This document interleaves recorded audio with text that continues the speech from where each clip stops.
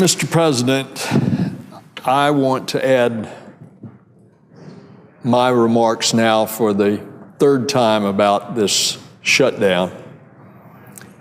I want to say that this is not the way that we ought to be running our government, and enough ought to be enough. For example, as you know, the Secretary of Defense has figured out a way that he could bring most of the furloughed civilian employees back. There's still maybe a quarter of them that are still on furlough, but most of them, by a law that passed here, it's almost unintended consequences, but there was a part of the law that he was able to bring back for the national security and defense of this country. But there are still gaping holes. For example, although the active duty National Guard is not furloughed, a lot of the civilian force and the reserve force of the Guard is furloughed. Mr. President, I just talked to an F-22 pilot of the Virginia National Guard. This is a longtime fighter pilot in the United States Air Force. F-15s, now F-22s. He has transitioned to the National Guard, went to a unit that has the F-22s, which is the Virginia National Guard. And all of those reserve National Guard pilots are still coming in and flying because we still have to protect the air defense of this country. They're flying, but they're not getting paid. And some of their technicians are there still supporting the maintenance of the aircraft, and some of them are not getting paid. And all of the ancillary support staff is on furlough. Now, is this not another example that in the protection of the national security, in this particular case, providing for our air defense through an Air National Guard unit, is this the way that an Air Guard unit ought to be run?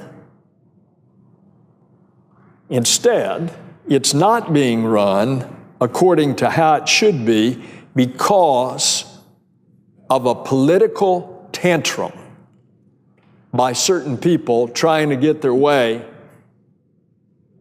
instead of allowing the government to be functioning through its appropriations. Mr. President, there is now a salmonella outbreak, 278 cases in 18 states, including my state of Florida. The Centers for Disease Control, which monitors at one time, in the case now, 30 different diseases operating in this country, 68% of the Centers for Disease Control have been furloughed. And so, because of the salmonella outbreak that has occurred, and it may be in the presiding officer's state as well, I'll look it up afterwards and tell the presiding officer, it is in my state. I know it started in California, where most of the cases are. But, Mr. President, had the CDC been there in full force, instead of 68% of them being laid off, maybe we wouldn't have had this outbreak, or they had been able to spot it and stem it quickly before it spread to 17 other states. I'll give you another example. NASA. This little agency is the one that has the most people furloughed as a percentage of the workforce. 97% of the NASA employees are furloughed. Since most of the NASA work is done by contractors, without the NASA supervisors there now, the contractors are being laid off. You take a place like the presiding officer's state of Ohio, the Glenn NASA Research Center. Look at the impact to the people in that community. You take a major space center elsewhere, such as the Johnson Space Center in Houston, the Kennedy Space Center in my state. Look what it's doing to the lives of people. But remember that we have a mission that is going to Mars that has a unique one-time in 2 years launch window starting the middle of November into the first part of December. If that narrow 3-week launch window is missed because of the lack of preparation of this spacecraft to launch, there's not another launch window for 2 years. Because of that, we were able to get NASA to recall that team.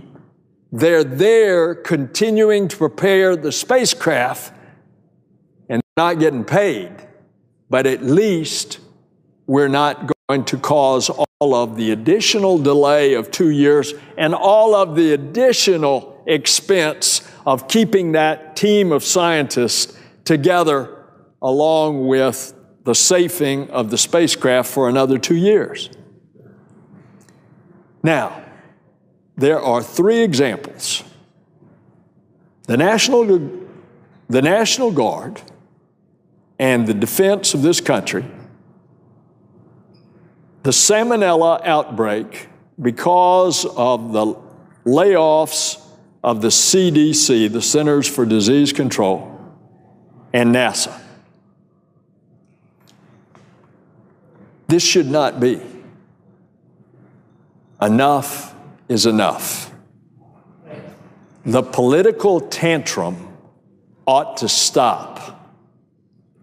And let's get back to the business of governing. Mr. President, I yield the floor.